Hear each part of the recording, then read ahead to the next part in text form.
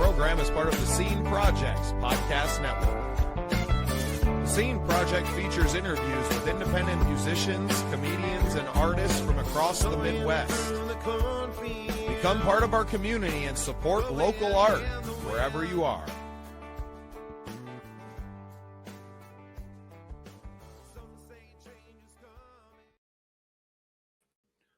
Welcome into this exciting episode of Real Biz. I am your host, Bubba Startz, and with me today from Platinum 1911, Troy Perkins. Troy, welcome to the show. Hey, great to be here. Thanks, Bubba, for having me. So excited to chat with you. Yeah, well, I'm glad you could be here with me. I think what you do is pretty incredible. And, you know, I know that it's been a long journey to get to where you are now. So I'd like to start off with just giving you an opportunity. Give us a little bit of your backstory, and then we'll kind of pick it up from there. Man, I've now been in jewelry, which is wearable art, for the last 20 years. Quick run through, grew up in Phoenix, Scottsdale, Arizona. Got my business degree from Northern Arizona in 3 years, did a year at fashion school in New York City at FIT, saw the second tower come down in person. That was crazy. Moved to UT or Austin to start my MBA at UT, dropped out of that, moved to Newport Beach to be a beach bum, found a bunch of jobs. One of them was a high-end training job where I trained professional athletes' wives and other rich people. One lady there was a jeweler, kept working for her company. It was called Jude Francis, two women. Worked there 6.5 years. A family friend then taught me the estate business. And at first I was reluctant. Who would sell old jewelry? Then once I learned it, I fell in love. And so I've been doing that about 15 years. Did take a job in there with a big dealer in town, but have been back on my own the last 6.5 years. And God's blessed me with so many things.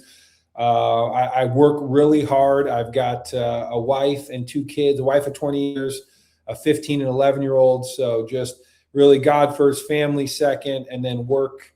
And I call, work is play, because I always enjoy what I'm doing, and I get to do what I want as well. So.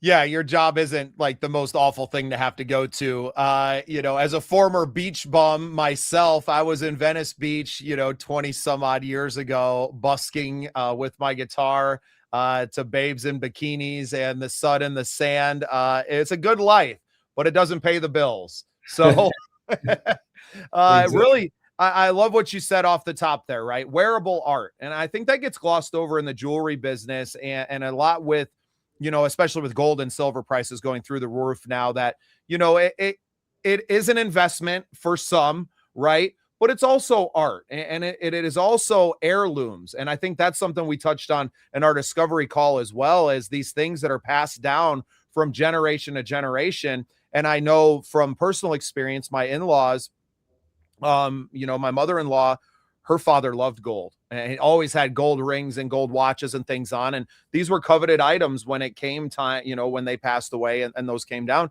not for the value necessarily, but because it was a piece of their father and something that was very memorable to them. So I loved a few things you touched on there. I would love off the top for you to just kind of talk about the difference working in jewelry as working for someone like a dealer and doing it on your own.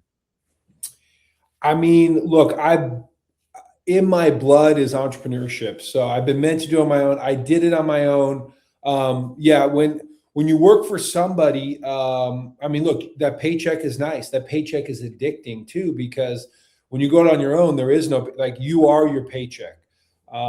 So it definitely is hard, and most people are afraid to not have that paycheck.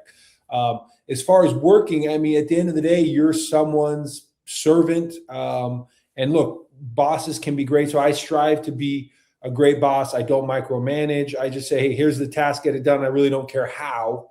But if you're not doing it right, and maybe, look, I have a couple managers where I put my foot down in a couple areas. But at the end of the day, I let that roll. Advice to employees, then show up 5 minutes early, leave 5 minutes late. It doesn't take a lot. Learn your job so well, and then ask to help out on someone else's job. So I just think as an employee, you have the opportunity to learn somebody else's business while you're getting paid. So there are a lot of positives to getting jobs. I've had so many jobs and I've learned so much in every different area. From I set up blow up bouncy houses.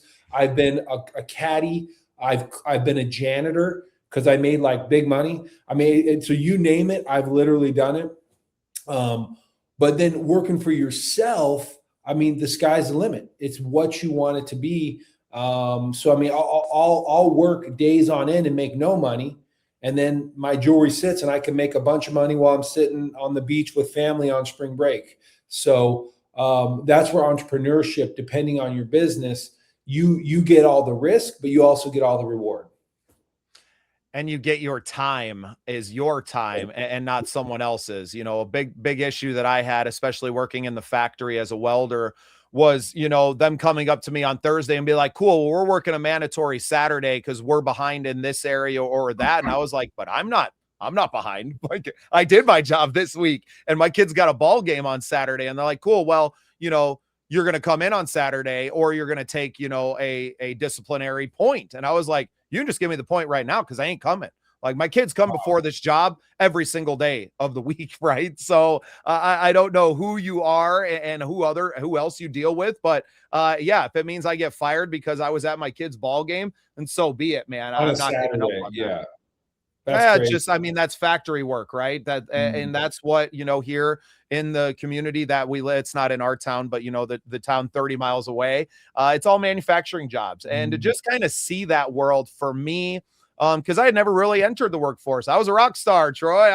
I was out and playing music and other things that led me down some different paths, but that I hadn't really ever worked that regular, consistent job, and I could see why I never wanted to do it again. I've always had an entrepreneurial spirit, as you do. My dad's owned his own business my entire life, a landscaping company, whether it was in the Chicago area or when we moved to South Dakota. He worked for a few years for a log home company, but that was even like an ulterior motive, was just to get the cheap logs and building so he could build his house that he wanted to, right? So I've always kind of just seen a different way of doing things. But something you touched on there, the jobs that you have had, and kind of the way that you talked about being a good employee, how has the jobs that you've had, say being a caddy, helped informed you now as a salesman and as an entrepreneur, owning your own business? Well, actually, I would say that I grew up golfing. The caddy job was about the hardest job I ever had. So because you got to be paying it, like you can't space out, like you're paying attention, watching the ball ahead of the people. It's like nonstop carrying the bag. And I worked at a course, a private course when I was in college called, oh my gosh, I'm spacing on that, but it was very hilly course, forest something. But anyway, like we walked like 5 miles. So anyway, I would say that's the hardest job. Other jobs, I think what really hit me is as I delved into but now I've been in and I have a handful of other businesses and I've delved in so many. Most of the owners, and don't take this wrong, like, they're not that smart, or they don't have something that I don't have. Maybe let's just say it that way. Like, there's not some secret. The secret is hard work and taking action. I mean, I think that's it. A lot of people are caught up in inaction and they're caught up with busyness. I mean, if you look at your screen time report, if you have an iPhone that comes every week and you see that you're spending 8 hours a day on your phone and those aren't business hours, like, what are you doing with your life? So if you take action and you're passionate about something, you will be successful. And I think that's something that every successful person kind of repeats. If you've gotten there, it's not because you are necessarily the smartest person in the room. I think there's a certain degree of intelligence that everyone has to have that makes it to a certain level, but intelligence can be learned. You can learn by being in the room, and you're only in the room if you show up every day. And for business owners, we don't really have a choice. And I think some people get into business thinking that it's going to be like their 9 to 5. And it's more like a 5 to 9 or 5 to 12:30 at night, and then wake up and do it again and again and again and again, times maybe 20 years before you can actually come back and to say, no, you know what, I'm going to work 10 hours a day. And then I have to give my time to my family. And I think a lot of people miss on how much time it takes to become successful. Things do not happen overnight. No, totally. I mean, someone may see me now and say, "Oh, look at you! You're just an overnight success." But then it's hard for me to even say, man, I started this 20 years ago in jewelry. Whoa, I don't feel that old. I feel still young at heart. So I'd love to get in a little bit, the nitty gritty of the jewelry business. Obviously, with the increase in gold and silver prices over the last year has been absolutely incredible. Does it become harder for you to do your job because the prices have gone up, or is it a little bit easier because people are looking to get into the market, say in the last 12 months, as they saw the trends? I'm in a unique spot being in secondhand jewelry, so I can make money kind of in a boom and in a bust, because when the economy's doing well, people are buying jewelry. When the economy's not going well, they're selling jewelry. So I can make the money on the buy. So it's really, I can work both sides. So with what you're saying and what's happened the last 6 months, year, I've really made a living on the buy. There's so much gold and jewelry coming. I'm able to buy right and kind of make a margin there. Now it's a smaller margin, but it's still a margin, and the volume is huge. So I think that's one part of your question. The other part is, hey, are people not buying? Yeah, this definitely weeds out the lower end of the market, and it kind of sucks, because if you say have $1,000 and you want to buy your wife a piece of jewelry in gold, you don't get a lot. It's a chintzy little necklace, a smaller ring, just because gold is so expensive. So this really puts it into the market of people that have more money. So for me right now, the $5,000 to $30,000 pieces are what's selling more, versus, because there's just not a lot for $1,000. Well, exactly. And I think that's something that gets overlooked. And I'm very glad that my wife and I have been married now for 3 years, and that ring was purchased 5 years ago, because I don't know if we could afford the same piece now, just because of the increase in the precious metals. And I think that's maybe a part that gets overlooked in this, because we look at gold prices on the stock market, or in the markets, not necessarily stocks, but that we see that as just like gold bars, right? But it is everything. It's everything that gold touches. It drives up the prices of technology, because we forget how much gold is used inside of our cell phones, our computers, our tablets. It's more to our daily lives than I think most people would understand. No, that's correct. Yeah, gold. I mean, gold is the reason gold's important, even in the technology side, is it has a wonderful conductivity, and it's very durable. So now I know in the technology side, they're able to make real thin layers, like very thin, and they coat things with gold. It still holds up, but it adds up when they're making tens of thousands of electronic devices a day. It adds up. You're correct. They're using that more. And I'm hearing in the silver market, they're saying they need more and more for the batteries and all these chips. I don't know what the truth is, to be honest. And I feel like a lot of these prices are manipulated by the big banks. I do feel with the US dollar now, everyone's talking about it being shaky, and a lot of other countries wanting to get off the US dollar. I think that's going to stop some of the manipulation, but the big banks still know how to dump the market so they can buy back in. So again, I'm jumping to another topic, but we're riding this roller coaster. It's kind of a crazy time.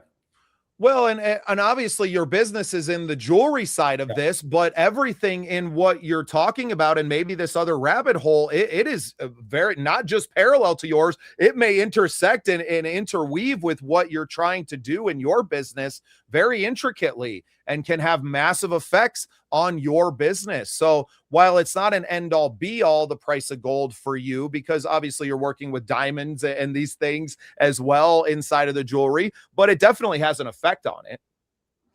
Yeah, no, I guess, was in my head. I didn't say, I also buy and sell bullion. So I do a lot of gold trading in my business. So I have customers that want to put money into silver or gold. In fact, I just had a deal with 100 1-ounce gold coins. So if you can do the math real quick in your head, that's $500,000 of gold. So those kind of deals come through. I need to buy it at a small, a little bit less where I can sell it. So I make a few percentage points, but you're solving a problem on both sides.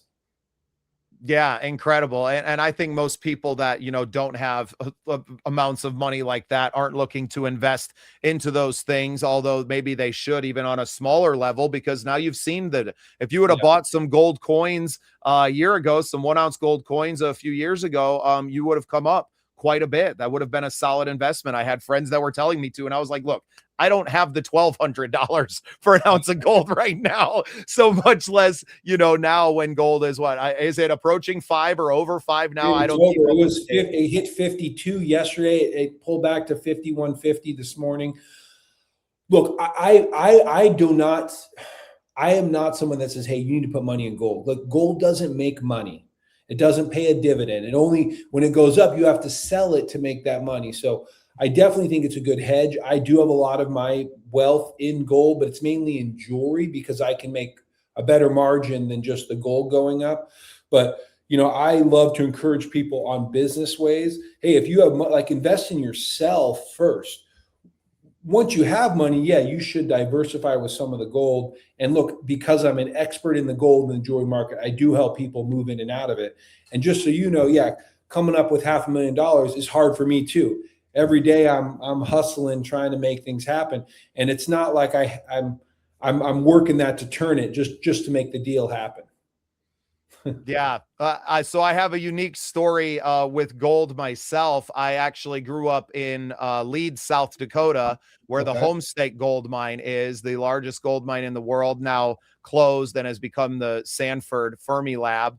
Where they're studying neutrinos. But we had a very close relationship when gold bottomed out in the late 90s and kind of dropped. And because they were digging down into the ground over a mile in some cases with these shafts, that the cost of getting the gold out of the ground for what they were getting just wasn't it wasn't profitable any longer.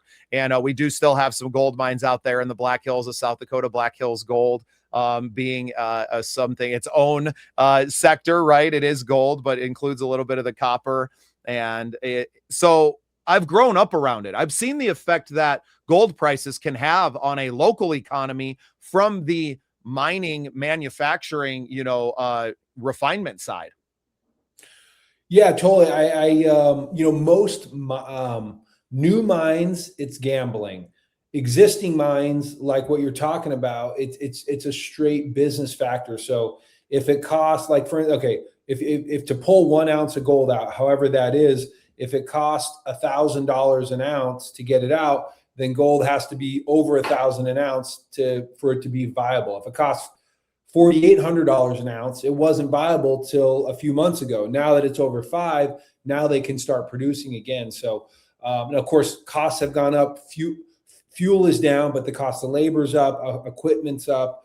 And then when they find gold in the earth, it's rarely in big nuggets. A lot of times it's like if you have 1 ton or 2,000 pounds of dirt, sometimes they're microscopic dots in the rock. They have to crush it all down, then extract it. So that costs a lot more. So gold, when we see gold doesn't come in like a fist-sized nugget. If it does, that's like crazy rare.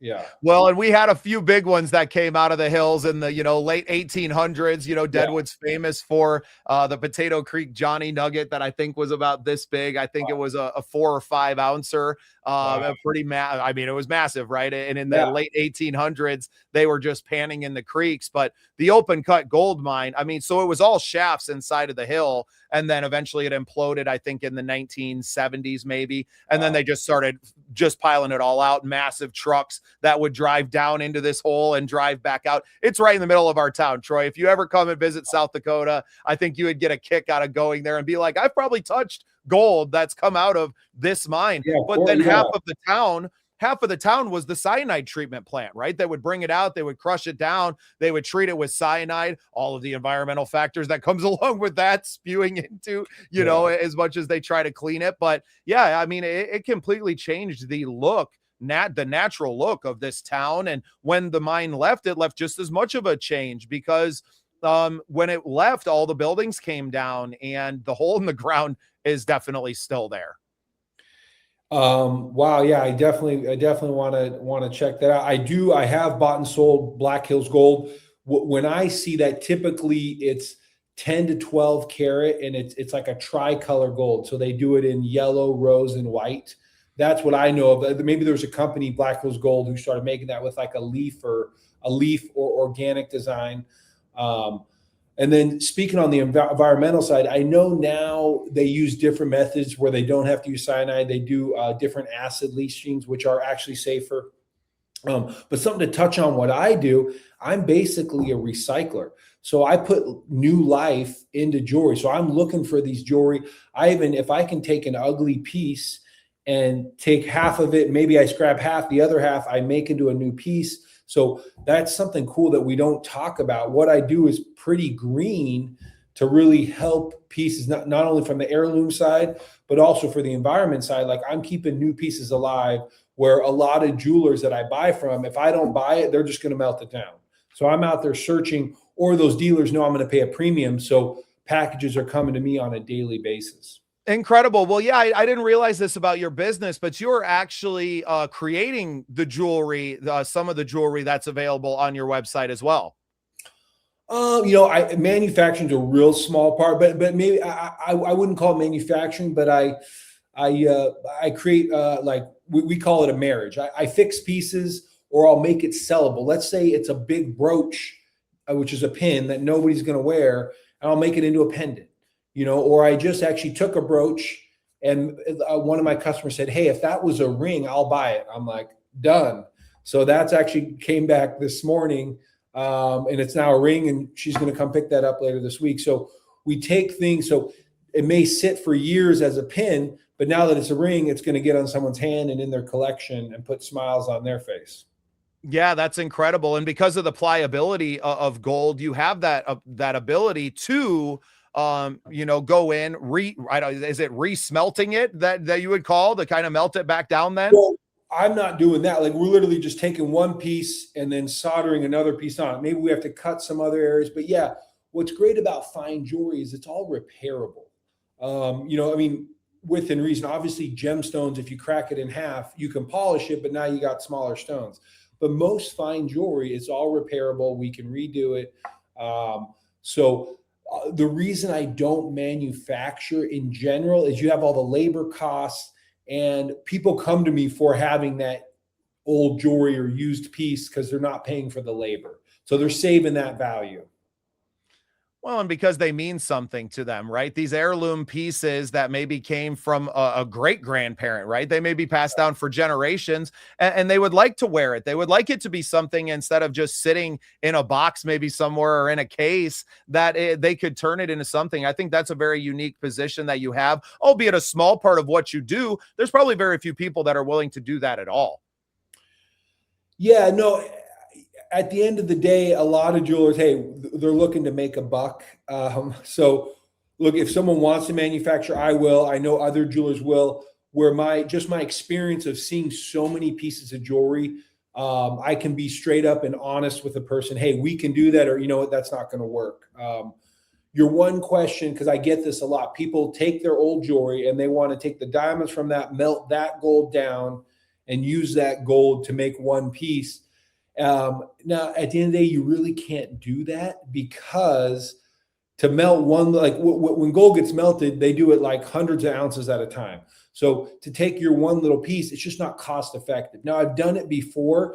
I told the customer, hey, it's going to cost you $1,000 extra to do that. Most of the time, they don't want to do that. Some jewelers will just appease them. Oh, yeah, we're taking your old gold. But if I just take their old gold too, the alloy mix, it may not cast correctly, or it always creates issues. So each individual piece is different in itself. We think of gold as just being gold, but like you said, the alloy are different. Some, the difference between 10, 14, 24 carats, right? You can't just mix it all together and it's going to be perfect. Well, so 24 karat gold, everybody knows that's a 100% gold. Then you have 18 karat gold. Well, the fraction 18 out of 24 is 75% gold. So there's 25% other alloys, and different jewelers use it different. Now, 14 out of 24 is 58.5%. 10 out of 24 is 0.411. So that other percentage is other metals, copper, nickel, palladium, different metals. So every jeweler, every manufacturer used a different alloy. So that's why gold can come in different colors. 24 karat gold is always the same color. Other carats, it's lower. So if that helps explain a little bit about gold. Yeah, it's a nice little tidbit in there for people who don't know, all their terminologies and what it meant, right? A lot of people know, uh, you know, 24 karat gold just from Bruno Mars, right? So there's, we all get our education from different spaces. Troy, what's your favorite part of your job? Is it the, finding the heirloom pieces and dealing with people that are maybe, looking to reclaim a piece, or is it, getting out selling at, I know you were just at, a convention or I forgot what you do, a trade show rather. Is it the people part of it and the selling and bringing it out and seeing people kind of in awe of the pieces that you have? What's your favorite part? Well, I'd say the best and most exciting part is every day I don't know what I'm going to get. Either a package comes in the mail or multiple, someone comes in my office to sell. So you just don't know. I get to see something new all the time, or I pop into a dealer's office and you don't know what I'm going to come across. So like finding something new every day, like literally I'm buying every 6 days a week, usually Sunday not, but sometimes I get a text and I buy by text.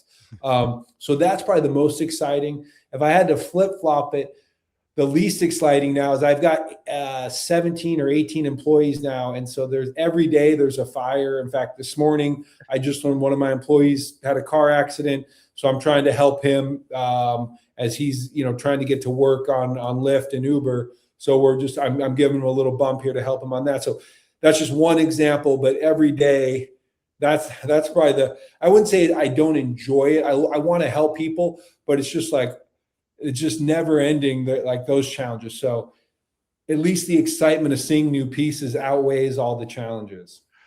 Right. The problems that we forget about as a business grows. Sure, you get to make more money, but then you need more people, and with more people becomes more problems, and you have Yes. to be, kind of solve those problems as the boss. It is what we do. Troy, a thrilling conversation here with you. Want you to go ahead and plug anything that you want on there. We got the website scrolling across the bottom on here on the video version, but go ahead and plug the website, where people can find you and where they can bring their gold to. Hey, thanks, Bubba. Okay, so platinum1911.com. I've got a couple thousand pieces up on the website, beautiful pictures. If you're in the Phoenix area, you definitely need to schedule an appointment with us. You can find our contact there. If you've got jewelry to sell, you can email me pictures. I'll be honest, I can send you a label to send it in. If we can agree on a price, I can pay you immediately, whichever way you want, or I can mail it right back to you if we don't agree. You can find me on Instagram at platinum.1911. That's probably a great place to connect. I also have a slew of other businesses I'm working on right now. I'm in the car business. So I do buy and sell antique classic cars. If you have that, you want to toss my way. And I'm also in the gun business. So, Platinum 1911 is the most right now. And later on, I'll share all the tech businesses I'm working on. But I appreciate you, Bubba. About to have your own pawn shop show, Troy.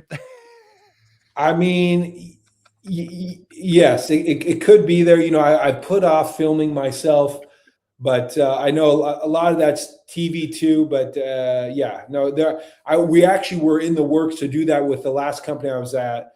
We had talked to TVs. It's just I knew they paint everybody in the negative light, so no one. Well, we won't. Maybe we'll start our own show here with the scene projects, and we'll get Troy some more camera time because you're great on it, man. Appreciate you spending some time with me this morning, and I appreciate you being part of the scene. No, thank you, Bubba. Yeah, man, what you're doing is awesome. Keep out there, work hard, man. You're doing it. I don't have to tell you, but for your listeners who wonder, hey, man, how's Bubba doing this? He's putting the work in, and you're doing it, man. Great job. I appreciate that, Troy. Stick around. I want to chat to you after we're done here on the pod, and we have some more talking to do. So thanks for being here today. Thank you. Imagine capturing the raw essence of nature with its infinite color and beauty. Now, Envision turning that into something truly transformative. Pure and easy tea cultivates the goodness of nature's bounty into fuel for your body.